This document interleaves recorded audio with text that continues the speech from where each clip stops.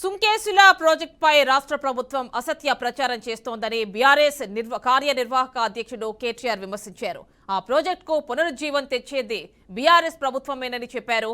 హైదరాబాద్ నీటి అవసరాల కోసం సుంకేసుల ప్రాజెక్టు ప్రారంభించామని చెప్పారు. ప్రాజెక్టుకు పునరుజ్జీవం తెచ్చే బీఆర్ఎస్ ప్రభుత్వమని పేర్కొన్నారు. నాగార్జునసాగర్ లో డెడ్ స్టోరేజ్ ఉన్న హైదరాబాద్ కు నీటి కొరత రాకూడదనే ఈ ప్రాజెక్టు చేపట్టామన్నారు. హైదరాబాద్ తో పాటు చుట్టుపక్కల గ్రామాలకు సాగు తాగునీటి కోసం ఇది ఉపయోగపడుతుందని కేటీఆర్ చెప్పారు.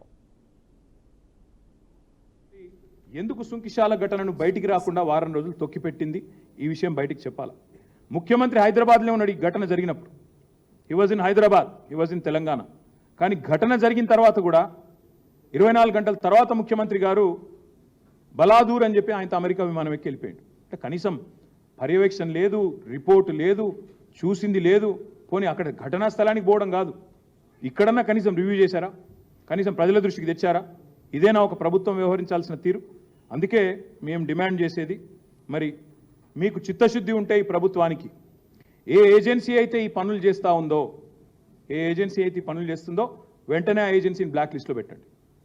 మీకు చిత్తశుద్ధి ఉంటే ఈ ప్రభుత్వానికి వీఆర్ డిమాండింగ్ వెంటనే బ్లాక్ లిస్ట్లో పెట్టండి.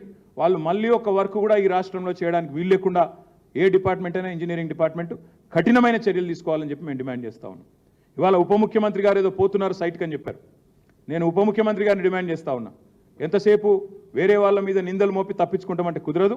మీకు ప్రభుత్వానికి చిత్తశుద్ధి ఉంటే 9 నెలలు ఈ ప్రాజెక్ట్ని ఎందుకు పక్కకు వారేసిండ్రు? ఎందుకు ప్రమాదం జరిగితే వారం రోజులు దాచిపెట్టినరు?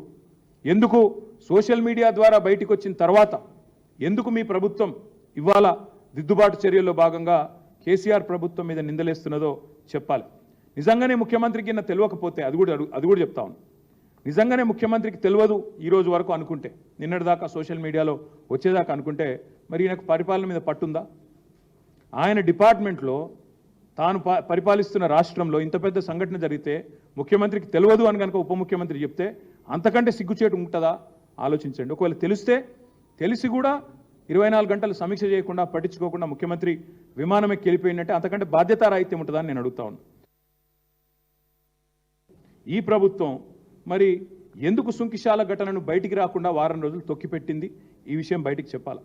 ముఖ్యమంత్రి హైదరాబాద్లో ఉన్నాడు ఈ ఘటన జరిగినప్పుడు. He was in Hyderabad, he was in Telangana. కానీ ఘటన జరిగిన తర్వాత కూడా